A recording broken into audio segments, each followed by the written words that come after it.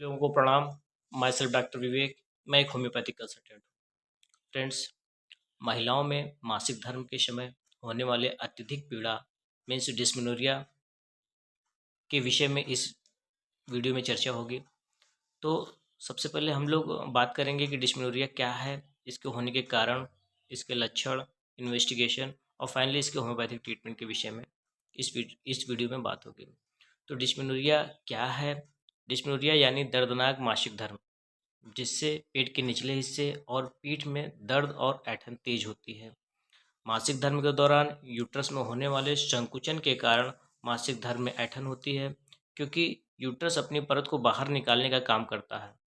यह संकुचन प्रोस्टाग्लैंडिन नामक हार्मोन के कारण होते हैं, जो यूट्रस से स्रावित होते हैं। प्रोस्टाग्लैंडिन का स्तर जितना ज़्यादा होगा, संकुचन उतना तीव्र होगा और इस प्रकार ऐंठन उतनी ही अधिक होती है। मासिक धर्म शुरू होने के 1-2 दिन पहले से यह दर्द स्टार्ट होता है और 24 घंटे पर पीक पे जाता है। 2-3 दिन में स्वतः फिर धीरे धीरे कम हो जाता है। अगर हम इसके टाइप के विषय में बात करते हैं तो डिस्मेनोरिया 2 टाइप के होते हैं। पहला प्राइमरी डिस्मेनोरिया और सेकंड वन है सेकेंडरी डिस्मेनोरिया।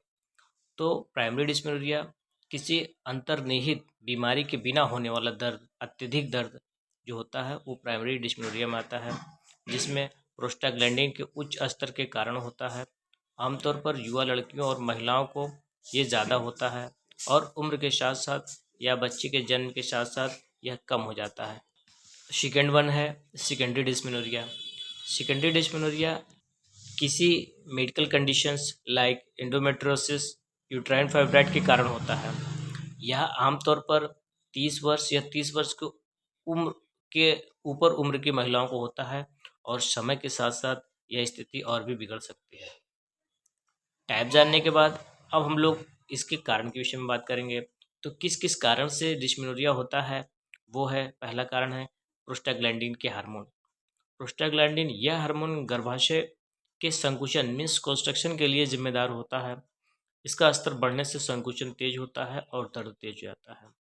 अगला कारण है एंडोमेट्रियोसिस। एंडोमेट्रियोसिस यूट्रस के बाहर यूट्रस जैसे टिश्यू का ग्रोथ हो जाना, जिससे मासिक धर्म के समय अत्यधिक पीड़ा होती है।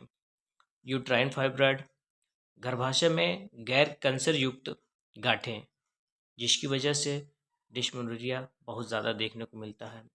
कुछ और कारण में PID means pelvic inflammatory disease, endometriosis, ऐसे और भी बहुत से कारण हैं जिसकी वजह से डिस्मेनोरिया होता है।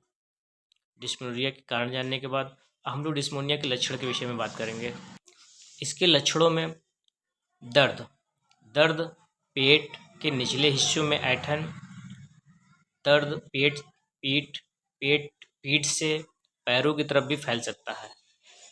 अगले में मतली आना, मिसनोजिया, उल्टी, वोमिटिंग, दस्त और कब्ज के साथ साथ सिर में दर्द, बदन दर्द, थकान, कमजोरी और चक्कर जैसे सिम्टम देखने को मिलते हैं। लक्षण जानने के बाद अब हम लोग इसकी इन्वेस्टिगेशन पे बात करेंगे कि क्या क्या इन्वेस्टिगेशन या क्या क्या जांच होती है जिससे पता चल सके कि डिस्मेनोरिया है। तो सबसे पहले कारण को जानने के लिए हम लोग अल्ट्रासाउंड करा के देखते हैं। अल्ट्रासाउंड से क्लियर हो गया तो ठीक, नहीं तो उसके ऊपर की जांच है, सीटी स्कैन वगैरह करा के इसको देखा जा सकता है। इन्वेस्टिगेशन के बाद अब हम लोग बात कर लेंगे कि इसके घरेलू उपचार के विषय में। कुछ घरेलू उपचार होते हैं जिसके करने से भी इसमें बहुत आराम मिल जाता है।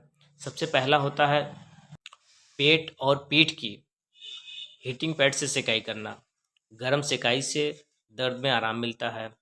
उसके बाद कुछ योगा है, मेडिटेशन है, कुछ फिजियोथेरेपी का इसमें रोल होता है, जिससे भी इसको दर्द को कम किया जाता है। तनाव कम करना, पानी का सेवन ज़्यादा करना, कैफ़ीन और शराब का सख्त परहेज करना, फास्ट फूड, फ्राई फूड से बचना, इससे भी बहुत हद तक डिस्मेनोरिया में फ़ायदा मिलता है। अब हम लोग बात कर लेंगे कि अगर डिस्मेनोरिया का पेशेंट है तो उसको डॉक्टर को कब दिखाना चाहिए।